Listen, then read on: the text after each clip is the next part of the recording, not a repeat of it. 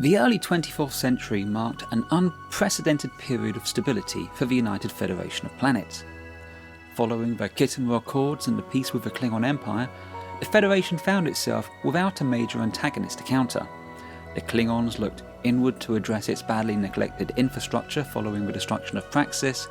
The Romulans remained isolated and elusive behind the neutral zone, and aside from skirmishes with the Cardassians, the Breen, Zenkithi, the Alpha Quadrant was largely at peace, and it was into this galaxy that the largest, fastest, most technologically advanced and indeed expensive project ever undertaken by Starfleet was born, the Galaxy-class starship. The Galaxy-class has been subject of much debate since they were first introduced in the early 2360s. They've been lambasted for their size, for the level of creature comforts afforded to their crew, criticised for how expensive both in terms of resources and development they were, and after just 12 years, 4 of the planned 6 vessels had been lost in less than auspicious circumstances. These behemoths were larger and more powerful than any Federation ship to date, and even today have yet to be surpassed for gross tonnage. Sporting state-of-the-art matter-antimatter reactors and warp drives, the Galaxy-class were the fastest ships in Starfleet, capable of warp 9.8 and sustained cruise at warp 6, and manoeuvrable for a ship of its size. This shouldn't be surprising, since the development program for the ships lasted over 20 years. Initially conceived in the 2330s, and with the very finest minds across the Federation working to create the ultimate Federation starship, the Galaxy-class development project was officially approved in 2343, with the stated goals to provide a mobile platform for a wide range of ongoing scientific and cultural research programs, replace aging Ambassador-class and Oberth-class starships as the primary instruments of Starfleet's exploration programs, provide autonomous capability for full execution of Federation policy options in outlying areas, and incorporate recent advancements in warp power plant technology and improved science instrumentation. It was expected that these starships would expand on the legacy of the famous 5-year missions carried out by the Constitution-class ships of the 23rd century, and to expand the boundaries of both the Federation itself and a scientific understanding of the universe, to seek out new life and new civilizations, to boldly go where no one has gone before. With the intended mission profile of extended exploration far from resupply or star-based support, the Galaxy-class were also designed to accommodate families.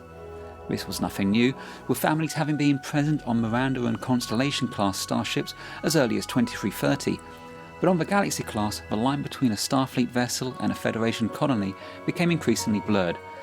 The ships were fitted with sick bays more akin to general hospitals, schools and recreation facilities, and the very latest in holodeck technology. This all came at significant cost. Now you might be sitting there saying, the Federation doesn't use money. And while you're correct, it doesn't use currency, there still costs in terms of resources and time which was invested into the ships. Over 20 years of development and almost a decade per ship in construction, and the crew requirements too were significantly higher than on smaller ships. Although sparsely populated for their size, they still required a standard complement of over 1,200, compared to 150 for an Intrepid class.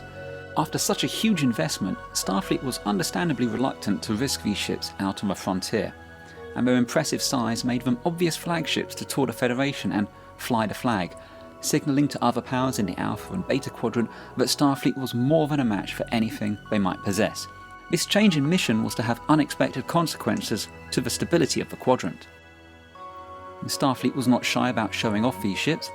They were immensely proud of them, the crown jewels of a fleet refresh where decades-old Miranda and Excelsior classes were replaced by Nebula, Freedom and New Orleans class ships, but it was the Galaxy class which drew the attention of the other great powers.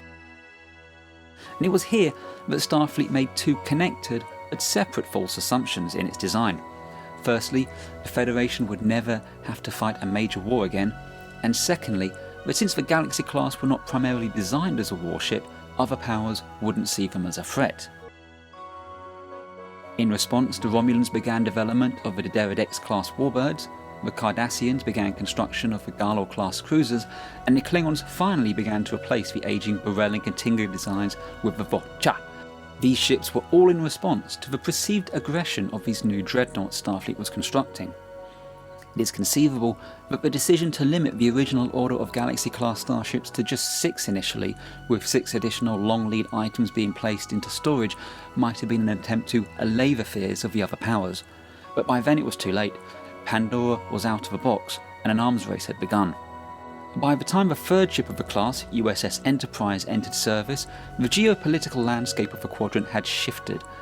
The less complicated Galor and Dedered X-class ships were already entering service in greater numbers, and emboldened by the new fleets, the Cardassians and Romulans began to test Starfleet and probe at the Federation borders. But more significantly, 2 new threats emerged which was to change everything: the Borg and the Dominion. The Borg were a threat unlike anything the Federation had ever encountered before. Although in my next NavyCon panel I might have to demonstrate how Section 31 was probably created to address the Borg threat, but we will save that for another time.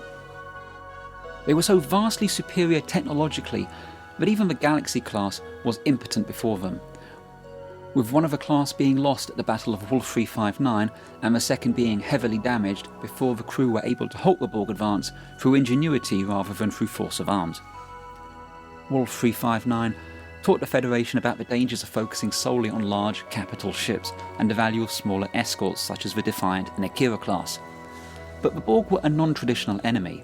The Dominion threat was one Starfleet was more familiar with, a more traditional navy, and even incorporating the Cardassian forces whom the Federation had previously engaged. The Galaxy-class ships were present throughout the Dominion War, but these Batch 2 ships were mere shadows of the technological marvels of their forebears.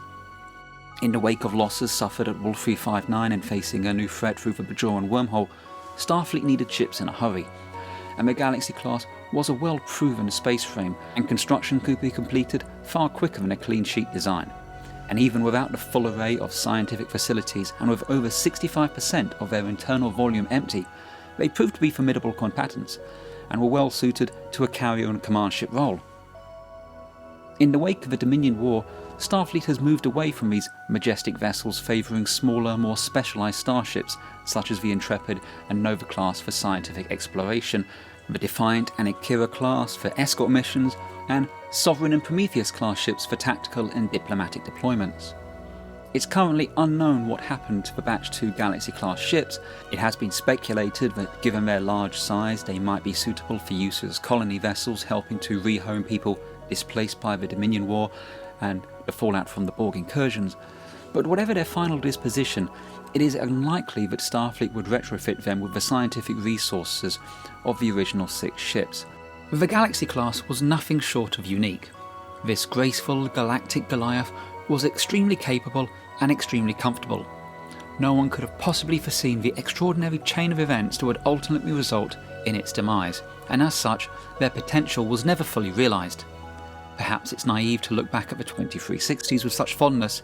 The Alpha Quadrant seemed simpler compared to the present day, and many now crave that innocence and nostalgia as a mean of comfort. The Galaxy class was the perfect embodiment of the ideals of a Federation, of hope, optimism and honour, and it is my hope that in time the Federation will find the confidence to return to this less cynical attitude and once again embrace bold projects of exploration and to boldly go where no one has gone before.